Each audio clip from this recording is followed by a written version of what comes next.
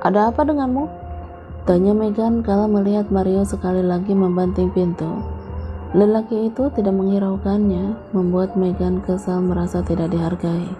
Marius masuk ke dalam kamar dan langsung melempar jaket yang baru saja dia buka. Diamlah dan jangan bertanya, dia memang brengsek. Marius mengumpat penuh amarah, membuka lemari dan mengeluarkan pakaian dari dalam sana. Dia mengacak-acak lemari untuk mencari benda yang dibutuhkan. Tentu saja Megan semakin kesal. Lelaki itu sudah membuatnya menunggu. Marius baru saja kembali setelah lebih dari 2 jam pergi tadi. Lalu sekarang dia sudah sangat berani mengacak kamarnya. Lihatlah pakaian yang bercecer di atas lantai, membuat Megan meradang seketika. Marius, ada apa ini? Kau sudah berani lancang di dalam kamarku? Kau anggap siapa dirimu berani membentak tuanmu? Sentaknya penuh amarah membuat Marius mengalihkan mata untuk menatapnya. Tuanku? Tanya Marius membelalakan matanya. Jika Megan berpikir hanya dirinya yang bisa marah, dia salah. Marius menghentikan gerakannya sejenak, menatap wanita yang sedang mempelototkan mata padanya. Lelaki itu berbicara dengan nada dingin dan penuh dengan penekanan. Kau menganggap aku seperti binatang peliharaan? Ya, tentu saja. Memangnya apalagi dia menganggap dirinya? Memang seperti itulah Marius di mata Megan selama ini. Tetapi untuk tidak membuat laki-laki itu menjadi marah, Megan berpura-pura melembek. Jangan seperti anak kecil yang mengambek. Aku hanya terbawa emosi. Beruntung Marius bukanlah seseorang yang suka berdebat. Dia terbilang tidak terlalu acuh untuk hal-hal yang tidak begitu penting. Laki-laki itu sudah kembali menyibukkan dirinya dengan pakaian yang kembali dihamburkan dari dalam lemari. Aku akan membunuhnya. Aku akan membunuh jalang itu. Maka minggirlah dan jangan mengganggu pekerjaanku. Membunuh jalang? Megan memutar perkataan Marius di dalam kepalanya, dan kemudian dia menyadari siapa yang dimaksud laki-laki itu. Kemarahan pun menurun seketika. Sudah barang tentulah Valerie yang dimaksud oleh Marius. Laki-laki itu baru saja kembali dari rumah sakit di mana Valerie melahirkan anaknya. Mungkin Marius sudah melihat betapa Valerie dan Jupiter sangat berbahagia, lalu merasa cemburu sehingga dadanya harus terbakar. Kau sudah melihatnya? Kata Megan sembari mendudukkan dirinya di atas ranjang. Gadis sialan picik, tidak tahu malu dan tidak punya rasa sadar diri. Marius melempar gulungan pakaian yang baru saja diambil dari tumpukan lemari paling bawah. Aku akan membunuhnya sekarang juga. Wow, dia bahkan ingin cepat-cepat membunuh Valerie. Sungguh tidak terduga.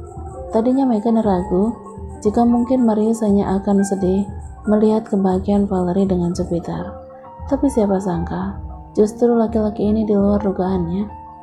Apakah dia merasa sangat kaya? Apakah gadis sialan itu lupa dengan asal-usulnya? Dia hanya gembel yang dibuang oleh ayahnya. Apakah dia lupa semua itu? Dasar tidak tahu diri. Umpat Marius semakin menjadi-jadi. Jika biasanya Megan harus meneriaki Marius untuk mempengaruhi pikirannya, kali ini dia tidak harus melakukan itu lagi.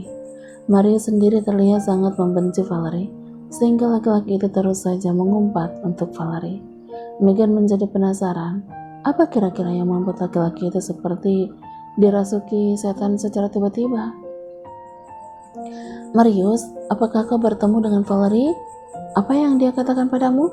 Apakah dia menghinamu sampai kau sangat marah seperti ini? Katakan, kenapa kau seperti seseorang yang kesetanan? Tanya Megan sangat penasaran. Lantas Marius menceritakan bagaimana dia tadi menguping di balik pintu kamar Ina Valerie. Dia menjelaskan segalanya, tidak satupun kalimat Valerie yang terlewatkan dari mulutnya. Laki-laki itu terus saja mengumpat, berkata kasar dan berteriak, mengatai Valerie adalah jalang. Dia memang jalang. Dia hanya perempuan licik yang tidak tahu diri dan berpikir dirinya sangat berharga. Jujur saja Megan semakin senang mendengar penuturan laki-laki itu. Dia ingin tertawa, menari sampai ke langit melihat Marius yang seperti ini. Megan merasa rencananya akan segera terwujud dengan sakit hati yang Marius bawa pulang.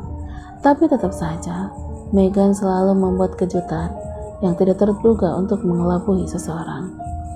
Aku mengerti perasaanmu, Marius. Jadi tenangkanlah dirimu lebih dulu. Bujuknya untuk membuat Marius tidak curiga. Tenang katamu? Bahkan pada suaminya dia berani berkata seperti itu? Entah bagaimana gadis sialan itu menilaiku selama ini. Marius berkata semakin kesal. Mendesah Pajang, Megan menarik pergelangan tangan Marius. Kemari, kau harus lebih dulu menenangkan hatimu, katanya membawa Marius duduk di sisi ranjang. Marius, mungkin selama ini kau tidak begitu yakin padaku. Dulu kau bahkan selalu membela Valerie, berkata, mantan kekasihmu tidak mungkin menjadi gadis licik yang rela mengubah wajahnya demi uang. Aku sangat frustasi menjelaskannya padamu kala itu. Tapi untunglah, akhirnya kau sendiri yang mendengar perempuan ular itu menunjukkan bisanya. Wajahnya dibuat penuh kesedihan untuk mencari simpati dari laki-laki yang masih bernapas ngos-ngosan. Tetapi di dalam dadanya, hati Megan melompat penuh kegembiraan, merasa sebentar lagi semuanya akan segera berakhir. Marius akan membunuh Valerie, lalu Megan bisa kembali ke rumah itu tanpa harus mengotori tangannya. Dia sangat puas, bahkan hanya dengan memikirkan itu saja. Dia memang jalang, perempuan itu benar-benar seorang jalang. Lalu apa rencanamu ke depannya nanti? Tanya Megan, sangat penasaran. Dia akan rencana laki-laki di sebelahnya. Aku akan menyiksanya bersama dengan bayinya. Aku akan membuat jalang itu menderita. Menyaksikan sendiri bayinya kehilangan nyawa, lalu kemudian membunuhnya secara perlahan-lahan. Pelan, kalimat itu Marius katakan, sangat pelan, namun penuh dengan aura suram. Hati Megan sangat puas mendengar perkataan Marius, sehingga ingin sekali dia melompat girang, tapi dia harus menahan itu, sampai Marius benar-benar melakukannya. Lantas, kapan kau akan melakukan itu? Hari ini, aku dengar laki-laki itu akan ke kantor untuk mengurus pekerjaan. Tak akan kusia-siakan kesempatan yang diberikan padaku, jawab Marius tegas, dan kemudian dia berdiri melanjutkan kembali mengecek lemari. Benda yang dia cari sudah ditemukan. Bungkusan hitam berisikan pakaian kulit elastis itu lantas Marius kenakan dengan terburu-buru. Megan terus menyaksikannya dari atas ranjang tempatnya duduk. Kau akan pergi sekarang, Marius? Apakah kau tidak bisa menunggu malam? Aku tidak ingin kau terluka. Megan lantas berdiri. Dia peluk laki-laki itu sangat erat, seakan takut kehilangan kekasihnya. Megan juga tidak segan meneteskan air mata untuk meyakinkan perkataannya. Marius, kau adalah satu-satunya yang aku miliki di dunia ini. Jika kau sampai terluka, aku tidak punya siapa-siapa lagi. Itu hanya akal-akalan Megan.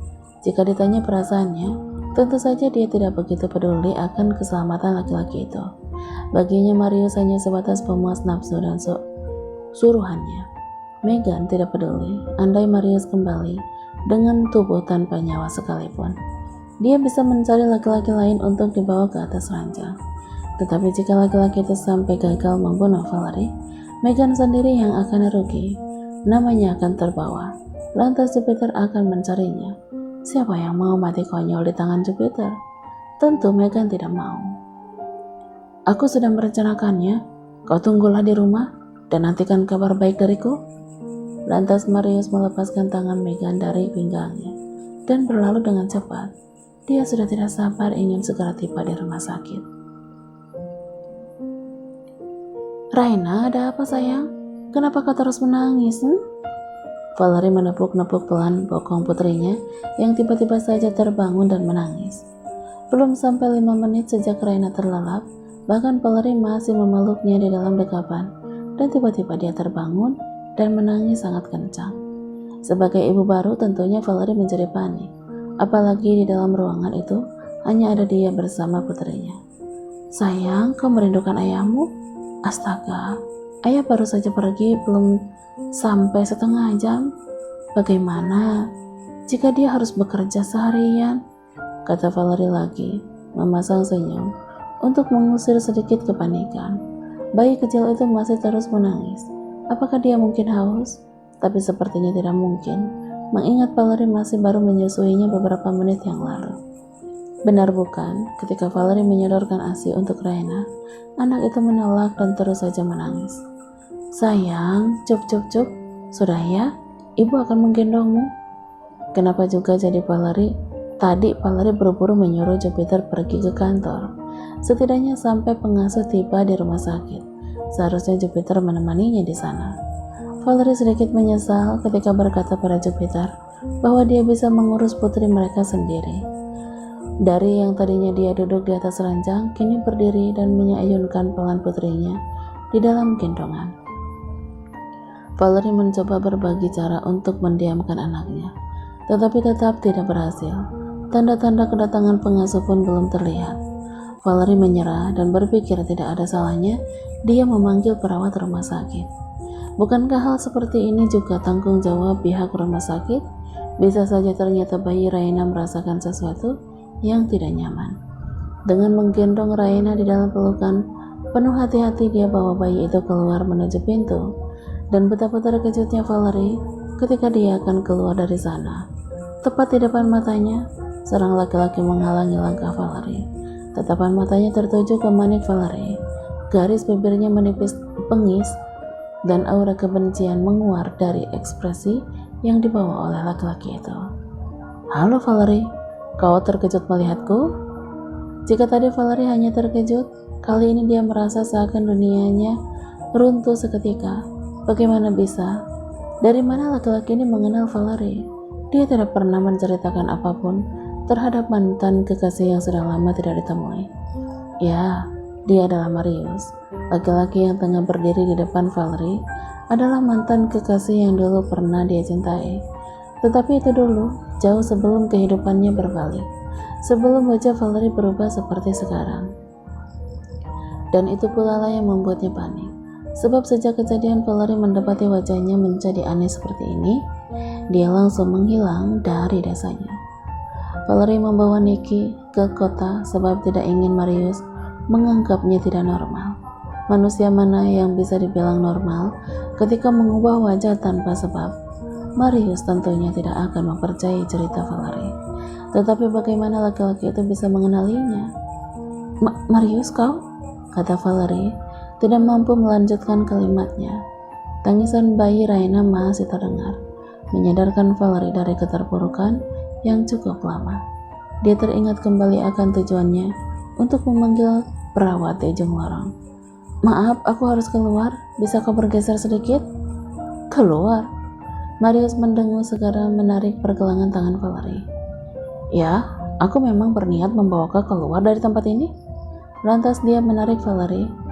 Valerie semakin panik mencoba meronta dari cengkeraman Marius. Marius, bayiku menangis sejak tadi. Tolong lepaskan aku. Aku harus memanggil perawat untuk memastikannya. Dan aku tidak peduli, Vale. Kau harus ikut denganku. Kini membuat perasaan Valerie semakin tidak tenang. Menduga pastilah laki-laki itu sangat marah kepadanya. Marius pasti merasa sudah dikhianati oleh Valerie. Marius, mari selesaikan urusan kita belakangan. Tapi bayiku tidak bisa menunggu, aku mohon. Tolong izinkan aku memastikan bayiku tidak kenapa-napa. Apa peduliku padanya?